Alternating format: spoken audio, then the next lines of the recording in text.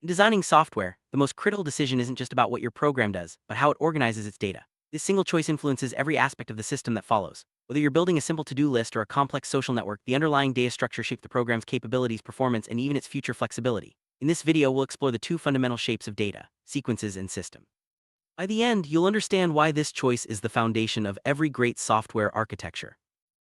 The core data structures fall into two broad categories: linear and nonlinear. Linear structures are simple, ordered, and sequential. Think of a to-do list or a line of code. Nonlinear structures, on the other hand, are complex, interconnected, and often hierarchical, like a social network or a city map. Understanding which category your problem fits into is the first step toward an effective solution. Let's start by diving into the world of linear sequences. Linear data structures store elements in a single sequence. Each element is connected to its previous and next neighbor, except for the first and last. This arrangement allows you to traverse the data in one straightforward path from start to finish. Imagine reading a book where each page follows the last, or an assembly line where each step follows a clear order. The simplicity of linear structures makes them ideal for tasks that require ordered processing. The defining feature of linear structures is their single-run traversal. You start at the beginning and follow one clear path to the end. There's no ambiguity or branching, just a direct route from the first element to the last. This makes operations like searching, updating, or processing data predictable and efficient, especially when the order of elements matters. Visualize a linear structure. Think of an assembly line, a row of dominoes, or the pages in a book. In each case, the order is fixed and the path is clear. You can only move forward or backward one step at a time. This analogy helps us understand why linear structures are so effective for tasks that require strict order and sequence. Arrays are the foundation of order in programming. Technically, an array stores elements of the same type in contiguous memory locations. This design allows for constant-time access to any element using its index. Arrays are perfect for situations where you need simple, fixed-size data storage and extremely quick access, like a chessboard, where you can instantly find any piece by its coordinates. Consider a chessboard, a classic example of a two-dimensional array. To find the piece at square e4, you simply look up its coordinates in the array, no searching required. Arrays are also used to store fixed rosters of players or the pixel data in an image. Their instant access is their superpower, making them indispensable for many applications. While arrays offer speed and simplicity, they come with a trade-off: rigidity. Once you set an array's size, it can't grow. If your data outgrows the array, you'll need to copy everything to a new, larger array. This limitation is important to consider when your data set might expand unpredictably. Linked lists offer a more adaptable approach. Each element or node contains data and a pointer to the next node. Unlike arrays, linked lists don't require contiguous memory, allowing them to grow or shrink dynamically. This makes them ideal for situations where you need to insert or delete elements frequently without reorganizing the entire structure. Imagine your GPS navigation system. When traffic changes, your route is updated by adding or removing waypoints. A linked list is perfect for this, as it can insert a new turn between two existing points without rebuilding the whole route. This dynamic flexibility is a key advantage of linked lists in real-world applications. Before inserting a new node, a linked list is simply a chain of connected nodes. Each node points to the next, forming a clear path from start to finish. This structure is especially efficient when you need to add or remove elements anywhere in the list. After inserting a new node, the linked list seamlessly incorporates the new element. The pointers are updated and the chain continues without any need to shift or copy other elements. This efficiency is what makes linked lists so powerful for dynamic data. While linked lists are flexible, they lack direct access. To reach the 50th element, you must traverse the first 49 nodes. There's no index to jump straight to a specific element. This makes linked lists less suitable for scenarios where frequent random access is required. Stacks are linear structures where elements are added and removed from the same end, called the top. They strictly follow the last-in, first-out LIFO principle. The last item you add is the first one you can remove. This makes stacks perfect for managing nested states or revering sequences. A classic example of a stack is the undo feature in text editors. Every action you perform is pushed onto the stack. When you hit undo, the most recent action is popped off and reversed. Stacks also manage function calls in programming, ensuring that the most recent call is completed first. The stack's limitation is also its strength. By restricting access to only the top element, it provides a simple and powerful model for managing nested states and revering sequences. This makes stacks invaluable for certain algorithms and system processes. Queues are linear structures where elements are added at one end, the rear, and removed from the other, the front. They enforce the first-in, first-out FIFO principle just like a real-world line. This ensures fairness and order in processing tasks. Your computer's operating system uses queues to manage tasks. For example, print jobs are processed in the order they arrive, ensuring that the first job sent is the first one printed. Queues are also used to manage website traffic and prevent server overload, guaranteeing that every request is handled fairly.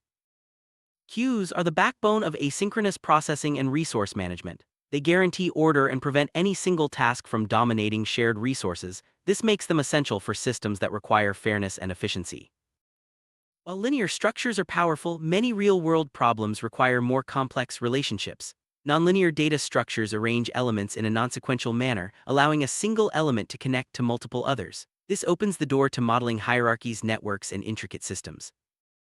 In nonlinear data structures, elements are arranged without a strict sequence. Traversing these structures is more complex and often requires specialized algorithms. They excel at modeling real-world relationships such as family trees, organizational charts, or city maps.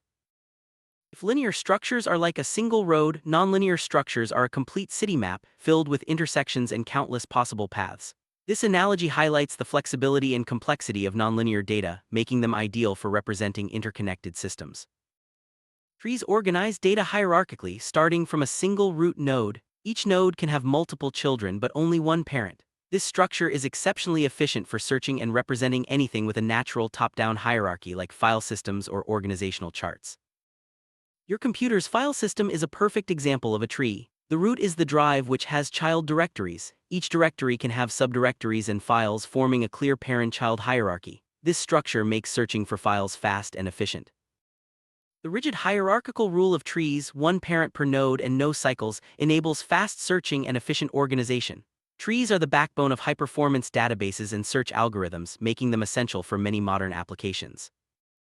Graphs take flexibility to the next level. They consist of nodes or vertices connected by edges. Unlike trees, graphs have no rules about hierarchy or a single root. Any node can connect to any other, making graphs the most versatile structure for modeling complex networks.